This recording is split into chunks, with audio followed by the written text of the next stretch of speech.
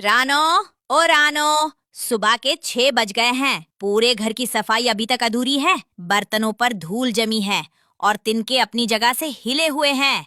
बस 2 मिनट माँ जी, रसोई साफ हो गई है। अब बस आंगन की सफाई कर रही हूँ। आप बैठिए, मैं आपके लिए गरम गरम दानों का सूप लाती हूँ। हाँ, काम तो तू सलीके से करती है, पर जरा हाथ जल्दी चलाया कर। इस घर की साख मेरी वजह से है। तभी टुन्नू चिड़िया कमरे से बाहर आता है। माँ, सुबह सुबह फिर से रानो पर डांट शुरू। बेचारी रात से काम में लगी है। तू चुप कर टुन्नू, अपनी पत्नी की तरफदारी बाद में करना। पहले दाना चुगने बाजार जा। घर चलाना सिर्फ रानो का काम नहीं है। टुन्नू जी, आप माँ जी की बात का बुरा मत मानिए। माँ जी सही तो कह रही हैं। घर साफ रहेगा तभी तो बरकत आएगी। आप आराम से काम पर जाइए। रानो सचमुच बहुत समझदार है। माँ की इतनी कड़क बातें भी मुस्कुराकर सह लेती है। अच्छा माँ, मैं जा रहा हूँ। टुन्नू के काम पर जाते ही रानो आंगन में पौधों को पानी देने लगती है। तभी अचानक उसकी नजर जमीन पर पड़ती है। अरे ये क्या है? कल शाम तक तो यहाँ सिर्फ सूखी मिट्टी थी। आज अचानक ये कैसा पौधा निकल आया? माँ जी, जरा जल्दी बाहर आइए। हमारे आंगन में कितना अनोखा पौधा उगा है। क्या हुआ रानो? सुबह सुबह इतना क्यों चहक रही हो? कोई चील आ गई क्या? नहीं माँ जी, चील नहीं। इस पौधे को देखिए, इसकी पत्तियाँ मखमली हरी हैं और इसके बीच से जो कली निकल रही है वो सोने जैसी चमक रही है। अरे हाँ, ये तो बहुत दुर्लभ गुलाब है। रानो, इसकी ठीक से देखभाल करना। इस घर की बरकत हमारे आंगन की हरियाली से ही है।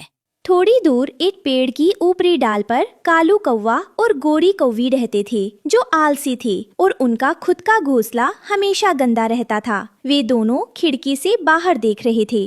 देखो जी, इस रानो का भाग्य, जहाँ जाती है वहाँ खुशहाली आ जाती है। अब इस अनोखे फूल के बहाने ये पूरी तरह मीनू चिड़िया के दिल पर राज करेगी। हमसे तो इसकी तारीफ छेली नहीं जाती। रुको गोरी, मीनू चिड़िया का स्वभाव मैं अच्छी तरह जानता हूँ। वो जितनी सीधी है उतनी ही कान की कच्ची भी है। हम इस फूल का इस्तेमाल उनके रिश्ते को तोड़ने के लिए करेंगे। अगले दिन कालू और गोरी सीधे मीनू चिड़िया के पास नहीं गए, बल्कि उन्होंने एक सोची समझी चाल चली। वे दोपहर को पेड़ के नीचे बैठकर जोर जोर से बात करने लगे, ये जानते हुए कि ऊपर बैठी मीनू चिड़िया उनकी बातें सुन रही है। कालू जी, कल मैं सयाने बगुले के पास गई थी। वो कह रहे थे कि जिसके घर में ये चमकीला गुलाब खिलता है उस घर की सत्ता बदल जाती है। बहुएं इस फूल के आते ही सास को घर से बेदखल कर देती हैं। हाँ गोरी, मैंने भी सुना है। रानो इसी ताक में है, तभी तो वो दिन रात उस पौधे की सेवा कर रही है, ताकि फूल खिलते ही वो घर की मालकिन बन जाए और मीनू चिड़िया को बाहर कर दे। पेड़ पर बैठी मीनू चिड़िया के कान में जब ये बात पड़ी तो उसके मन में डर बैठ गया। हे भगवान, कालू और गोरी जो कह रहे हैं, क्या वो सच है? क्या इस गुलाब के खिलते ही मेरा राज खत्म हो जाएगा? नहीं, मैंने अपनी पूरी जिंदगी इस घर को तिनका तिनका जोड़कर बनाया है। मैं अपनी चाबियां और अपना हक इस बहू के हाथ में इतनी आसानी से नहीं जाने दूंगी। मुझे कुछ करना होगा। शाम का समय, रानो चिड़िया आंगन में जादुई गुलाब को पानी दे रही थी। तभी मीनू चिड़िया गुस्से में भारी कदमों से उसके पास पहुंचती है। रानो, हाथ हटाओ उस पौधे से। आज के बाद तुम इस पौधे के पास भी नहीं फटकोगी। लेकिन माँ जी, मैं तो बस इसमें खाद डाल रही थी ताकि फूल जल्दी खिले। मुझे सब पता है कि तुम्हारी नजर किस चीज पर है। तुम मेरी जगह लेना चाहती हो ना? अब से इस पौधे की देखरेख सिर्फ मैं करूंगी। अंदर जाओ। रानो दुखी मन से अंदर चली गई। शाम को जब टुन्नू चिड़िया दाना लेकर घर लौटा तो घर का माहौल बदला हुआ था। रसोई में खाना नहीं बना था और माँ मुंह फुलाए बैठी थी। रानो, आज घर में इतना सन्नाटा क्यों है? माँ गुस्से में क्यों है और तुम्हारी आंखें क्यों लाल हैं?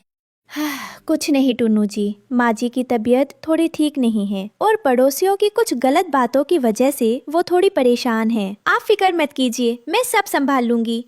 रानो ने टुन्नू से झगड़ा नहीं किया, बल्कि वो चुपचाप रात को माँ के लिए सूप बनाने लगी। उधर बगीचे में वो गुलाब का फूल पूरी तरह से खिल चुका था और उसकी खुशबू से पूरा पेड़ महक रहा था। कालू और गोरी ने देखा कि मीनू चिड़िया थक कर सो चुकी है। गोरी, यही मौका है। मीनू सो रही है और रानो रसोई में है। हम इस जादुई फूल को तोड़कर बाजार में महंगे दामों में बेच देंगे। इल्जाम रानो पर आएगा कि उसने मालकिन बनने के लिए फूल चुरा लिया। कालू और गोरी दबे पांव गुलाब के पौधे के पास पहुँचे। कालू ने जैसे ही अपनी चोंच से फूल की डंडी को काटना शुरू किया, रसोई की खिड़की से रानो ने फूल की चमक को हिलते हुए देख लिया। अगर मैं अकेले गई तो ये उड़ जाएंगे। मुझे इन्हें सबूत के साथ पकड़ना होगा ताकि माजी का शक हमेशा के लिए दूर हो जाए।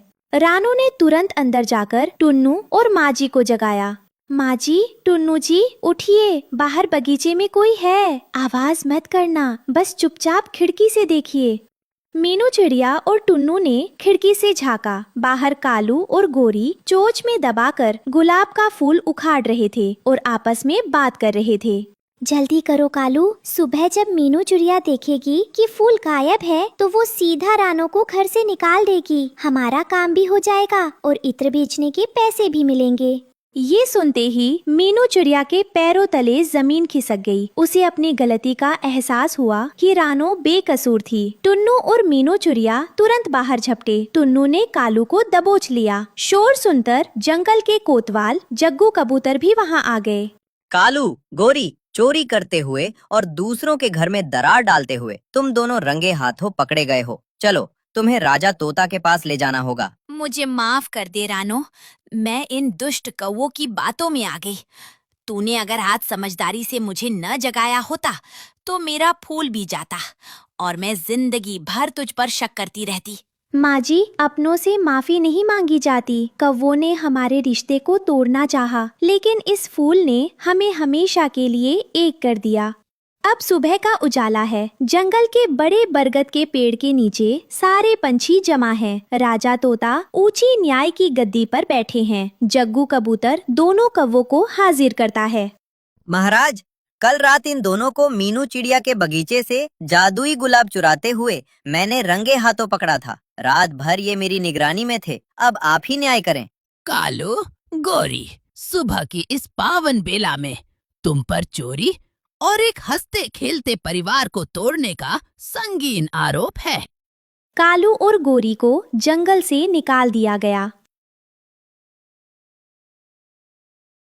अब घर में शांति थी, लेकिन रानो ने देखा कि उस जादुई गुलाब की खुशबू इतनी तेज थी कि उसके आसपास की मिट्टी भी महकने लगी थी। रानो ने उस मिट्टी और गिरी हुई पंखुड़ियों को मिलाकर एक शीशी में रखा, जिससे बेहतरीन इत्र बन गया।